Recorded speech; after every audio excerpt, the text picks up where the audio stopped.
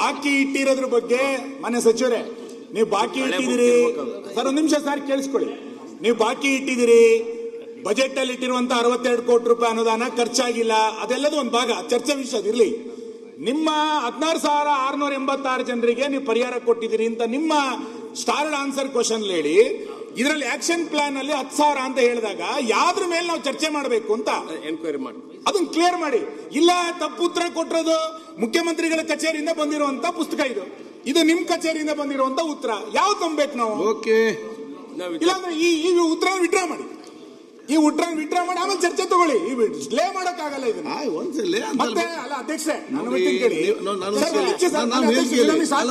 ಆಯ್ತು, ಒಂದ್ ಸೆಕೆಂಡ್ ಕೇಳಪ್ಪ. ನಾನು ಏನ್ ಹೇಳ್ತಿದ್ದೇನೆ, ನೀವು ಕರೆಕ್ಟ್ ಆದ ಪ್ರಶ್ನೆ ಕೇಳಿದ್ದೀರಿ. ಅವ್ರು ಅದನ್ನ ಪರಿಶೀಲನೆ ಮಾಡಿ, ಅಲ್ಲ ಒಂದ್ ಸೆಕೆಂಡ್, ಅಧಿಕಾರಿಯಲ್ಲಿ ನಾವು ನೆಕ್ಸ್ಟ್ ಕ್ವಶನ್ ತೆಗೆದುಕೊಂಡು ಅವರಲ್ಲಿ ಎನ್ಕ್ವೈರಿ ಮಾಡಿ ಕೇಳಿ ಮತ್ತೆ ಬಂದು ರಿಪ್ಲೈ ಕೊಡ್ಲಿ.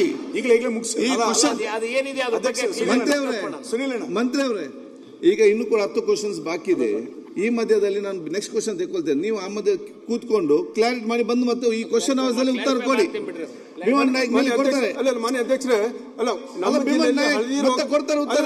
ಅಲ್ಲ ಸರ್, ನಮ್ಮ ಜಿಲ್ಲೆಗೆ ಹಳದಿ ರೋಗದ ಮಾಹಿತಿ ಇಲ್ಲ ಅಂತ ಮಾನ್ಯ ಅವರು ಚರ್ಚೆ ಮಾಡಿ ಮತ್ತೆ ನಿಮ್ಗೆ ಮಾಹಿತಿ ಕೊಟ್ಟಿದ್ದಾರೆ ಅನ್ನೋದನ್ನ ಸ್ವಲ್ಪ ಪರಿಶೀಲನೆ ಮಾಡಬೇಕಲ್ಲ ಸರ್. ಅದೇ ಆಮೇಲೆ ಕ್ಲಾರಿಫಿಕೇಶನ್ ಕೊಡ್ತಾರೆ. ನೆಕ್ಸ್ಟ್ ಕ್ಲಾರಿಫಿಕೇಶನ್ ಕೊಡ್ತಾರೆ. ಆಲಮ್ಮ ಪ್ರಭು ಕೊಡ್ತಾರಪ್ಪ, ಆ ಕ್ವಶನ್ಗೆ ಬರುವಲ್ಲಿ ಮತ್ತೆ ಬರ್ತಾರೆ. ಆಲಂ ಪ್ರಭು. ಸನ್ಮಾನ್ಯ ಸಭಾಪತಿಗಳೇ, 124ನೇ ಪ್ರಶ್ನೆನ ಮಾನ್ಯ ನಗರಾಭಿವೃದ್ಧಿ ನಗರ ಯೋಜನಾ ಸಚಿವರಿಗೆ ಕೇಳಬಯಸ್ತೇನೆ. ಸನ್ಮಾನ್ಯ ಸಭಾಧ್ಯಕ್ಷ, ಉತ್ತರವನ್ನು ಒದಗಿಸಲಾಗಿದೆ. ಸನ್ಮಾನ್ಯ ಸಭಾಪತಿಗಳೇ,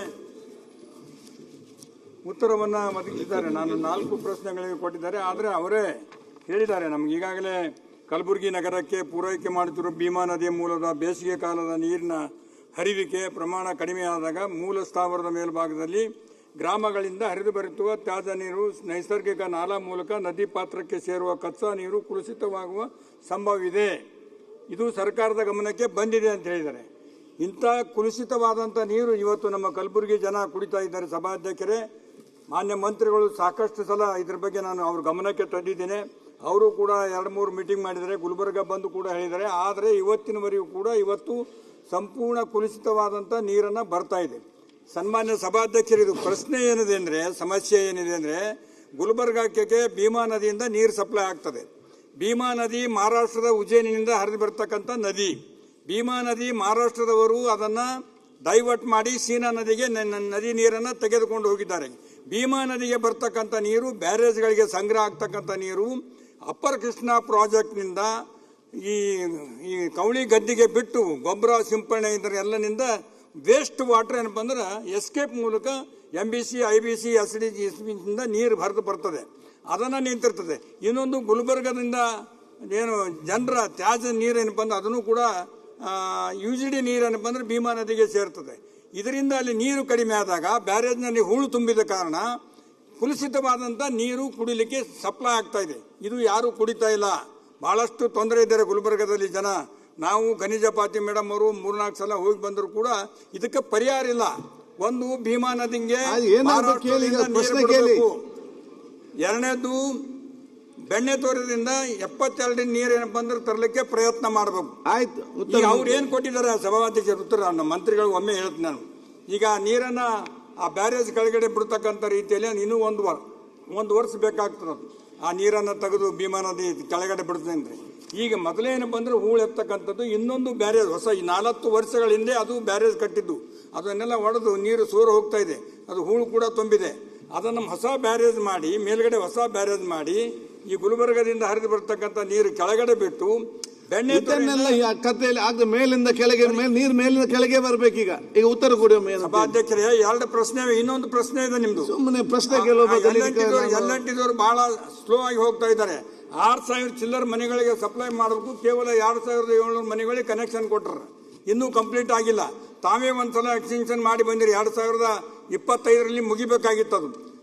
ಸನ್ಮಾನ್ಯ ಮಂತ್ರಿಗಳು ಬಂದು ಅವ್ರಿಗೆ ಇನ್ನೂ 1 ವರ್ಷ ಹೆಚ್ಚಿಗೆ ಕೊಡ್ತೀನಪ್ಪ ಮಾಡ್ರಿ ಅಂದ್ರೆ, ಆದರೂ ಅವರು ಬಹಳ ಮಂದಗತಿಯಲ್ಲಿ ಮಾಡ್ತಾ ಇದ್ದಾರೆ. ಕುಡಿಯುವ ನೀರಿನ ಸಮಸ್ಯೆ ಗುಲ್ಬರ್ಗ ಜಿಲ್ಲೆಗೆ ಬ್ಯಾಸಿಗೆ ಇದೆ, Okay. ಮತ್ತು ಹಳ್ಳಿಗಳಲ್ಲಿ ಕೂಡ ಅಷ್ಟೇ ತೊಂದರೆ ಇದೆ. ದಯಮಾಡಿ ಮಂತ್ರಿಗಳು ಬಂದಿದ್ರ ಬಗ್ಗೆ ಗಮನ ಹರಿಸಿ ಒಂದು ಶುದ್ಧವಾದಂತಹ ಕುಡಿಯುವ ನೀರಿನ ವ್ಯವಸ್ಥೆ ಮಾಡಬೇಕು. ಬೆಣ್ಣೆ ತೋರದಿಂದ ನೀರು ಸಪ್ಲೈ ಮಾಡಿದ್ರೆ ಮಾತ್ರ ಶುದ್ಧ ನೀರು ಬರ್ತದೆ. ಭೀಮಾ ನದಿಯಿಂದ ಆಯ್ತು. ಕುಡಿಲಿಕ್ಕೆ ಸಾಧ್ಯ ಇಲ್ಲ ಅಂತ ಗಮನಕ್ಕೆ ತರ್ತೀನಿ. ಪ್ರಶ್ನೆ ಮಾನ್ಯ ಸಭಾಧ್ಯಕ್ಷರೇ, ಈಗ ಸದಸ್ಯರು ಕೇಳಿದ್ದಾರೆ, ಅದು ಸತ್ಯ ಇದೆ ಸಭಾಧ್ಯಕ್ಷರೇ. ಈ ನಂದಿಕೂರು ಗ್ರಾಮದ ಹತ್ರ ರೊಚ್ಚು ನೀರಿನ ಸಂಸ್ಕರಣಾ ಘಟಕ ಕೆಲವು ಕಾಂಪೋನೆಂಟ್ ದುರಸ್ತಿ ಇದೆ ಸಭಾಧ್ಯಕ್ಷ, ಅದನ್ನು ರೆಡಿ ಮಾಡಿಸ್ತಾ ಇದ್ವಿ ಸಭಾಧ್ಯಕ್ಷ. ಅದಾದ ನಂತರ ಈ ಮೇಲ್ಭಾಗದಲ್ಲಿ ಕೆಲವು ಗ್ರಾಮಗಳಿಂದ ನೈಸರ್ಗಿಕವಾಗಿ ಅದು ಡೌನ್ ಇರೋದ್ರಿಂದ ಸಭಾಧ್ಯಕ್ಷ, ಅಲ್ಲಿ ಯುಜಿಡಿ ವ್ಯವಸ್ಥೆ ಇಲ್ಲದೆ ಇರೋದ್ರಿಂದ ಈ ನದಿಗೆ ನೀರು ಬಿಟ್ಬಿಟ್ಟಿದ್ದಾರೆ ಸಭಾಧ್ಯಕ್ಷ. ಅದನ್ನು ಸಹ ನಾವು ರೆಡಿ ಮಾಡ್ತಾ ಇದ್ದೀವಿ ಸಭಾಧ್ಯಕ್ಷ. ಮತ್ತು ಈ ಭೀಮಾ ನದಿ ಬೇಸಿಗೆ ಕಾಲದಲ್ಲಿ ನೀರು ಹರಿಯುವಿಕೆ ಈ ಪ್ರಮಾಣ ಕಮ್ಮಿ ಆಗಿರೋದ್ರಿಂದ ಸಭಾಧ್ಯಕ್ಷ, ಮಳೆ ಸಮಸ್ಯೆ ಬೇಸಿಗೆ ಆಗಿರೋದ್ರಿಂದ ಅದೂ ಸ್ವಲ್ಪ ಇಲ್ಲಿ ಹಳೆ ವ್ಯವಸ್ಥೆ ಇದೆ ಸಭಾಧ್ಯಕ್ಷ, ಅದು ಶಿಥಿಲಾವಸ್ಥೆ ಇದೆ ಸಭಾಧ್ಯಕ್ಷ. ಈಗ ನಾವು ಹೊಸ ಬಜೆಟ್ನಲ್ಲಿ ಸಭಾಧ್ಯಕ್ಷರೇ ಇದಕ್ಕೆಲ್ಲ ಶಾಶ್ವತವಾದ ಪರಿಹಾರ ಆಗಬೇಕು ಅಂತ ಹೇಳಿದ್ರೆ ನಾರಾಯಣಪುರ ಬ್ಯಾರೇಜಿಂದ ಸಭಾಧ್ಯಕ್ಷ ಸುಮಾರು 1800 ಕೋಟಿ ರೂಪಾಯಿ ದುಡ್ಡು ಬೇಕಾಗ್ತದೆ ಸಭಾಧ್ಯಕ್ಷ. DPR ಮಾಡಲಿಕ್ಕೆ ಈಗಾಗಲೇ ನಾವು ಹೇಳಿದ್ವಿ ಸಭಾಧ್ಯಕ್ಷ, ಸಮಗ್ರ ಗುಲ್ಬರ್ಗ ನಗರಕ್ಕೆ ಈ ನಾರಾಯಣಪುರ ದಂಡೆಯಿಂದ ನೀರು ತಗೊಬರುವಂಥ ವ್ಯವಸ್ಥೆ ನಾವು ಮಾಡ್ತಾ ಇದ್ದೀವಿ ಸಭಾಧ್ಯಕ್ಷ. ಅದು ಸ್ವಲ್ಪ ಲೇಟ್ ಆಗ್ತದೆ ಸಭಾಧ್ಯಕ್ಷರೇ. ಆದ್ದರಿಂದ ತಕ್ಷಣಕ್ಕೆ ಈಗ ಸಭಾಧ್ಯಕ್ಷ 10 ಕೋಟಿ ರೂಪಾಯಿ KKRDB ಹಣ ಇದೆ ಸಭಾಧ್ಯಕ್ಷ. ಅಲ್ಲಿ ಒಂದು ಮಲ್ಟಿ ಲೆವೆಲ್ ಕಾರ್ ಪಾರ್ಕಿಂಗ್ ಮಾಡೋಕೆ ಕೊಟ್ಟಿದೆ ಸಭಾಧ್ಯಕ್ಷ. ಆ ಪ್ರಾಜೆಕ್ಟನ್ನು ಕ್ಯಾನ್ಸಲ್ ಮಾಡಿ ಅದ್ರ ಬದಲು ಈ ಮೈನರ್ ಇರಿಗೇಷನ್ ಅವರು ಸಪ್ರೇಟಾಗಿ ಈಗ ಅಲ್ಲಿ ಡ್ಯಾಮ್ಗೆ ನೀರು ಹೋಗ್ದಿದ್ದಂಗೆ ಅವರೇನೆ ಒಂದು ವ್ಯವಸ್ಥೆಯನ್ನು ಮಾಡ್ತಾ ಇದ್ದಾರೆ ಸಭಾಧ್ಯಕ್ಷ. ಮತ್ತು ನಮ್ಮ ಇಲಾಖೆಯಿಂದ ನಾನು STP ರಿಪೇರಿ ಮಾಡ್ತಾ ಇದ್ದೀವಿ ಸಭಾಧ್ಯಕ್ಷ. 3 ಕೋಟಿ ರೂಪಾಯಿ ಆಗ್ತದೆ ನಂದಿಕೂರು ಗ್ರಾಮದಲ್ಲಿ, ಅದನ್ನು ನಾವು ಮಾಡ್ತಾ ಇದ್ದೀವಿ ಸಭಾಧ್ಯಕ್ಷ. ಈಗ ಮೈನರ್ ಇರಿಗೇಷನ್ ಮತ್ತು ನಾವು ಇಬ್ಬರು ಸೇರಿ ಸುಮಾರು 13 ಕೋಟಿ ವೆಚ್ಚದಲ್ಲಿ ಯಾವುದು ಗ್ರಾಮಗಳಿಂದ ಬರ್ತಾ ಇರುವಂಥ ನೀರನ್ನ ಸಪ್ರೇಟಾಗಿ ಈ ಕುಡಿಯೋ ನೀರಿನ ವ್ಯವಸ್ಥೆ ಹತ್ರಕ್ಕೆ ಹೋಗ್ತದೆ, ಪೂರ್ತಿ ಹೋಗಲ್ಲ ಸಭಾಧ್ಯಕ್ಷ, ಕೆಲವೊಂದು ಭಾಗ ಹೋಗೋದಷ್ಟೇ. ಆ ನೀರು ಸಹ ಹೋಗಬಾರ್ದು ಅಂತ ಹೇಳಿ ಮೈನರ್ ಇರಿಗೇಷನ್ ಮತ್ತು ನಾವು ಇಬ್ಬರೂ ಸೇರಿ ಈಗ ಪ್ರಾಜೆಕ್ಟ್ ತಗೋತಾ ಇದ್ವಿ ಸಭಾಧ್ಯಕ್ಷ. ಹಣನೂ ಈಗ ಒದಗಿಸಿದ್ದೀವಿ ಸಭಾಧ್ಯಕ್ಷ. ಈ ಏಪ್ರಿಲಲ್ಲಿ ನಾವು ಕೆಲಸ ಸ್ಟಾರ್ಟ್ ಮಾಡ್ತಾ ಇದ್ವಿ ಸಭಾಧ್ಯಕ್ಷ.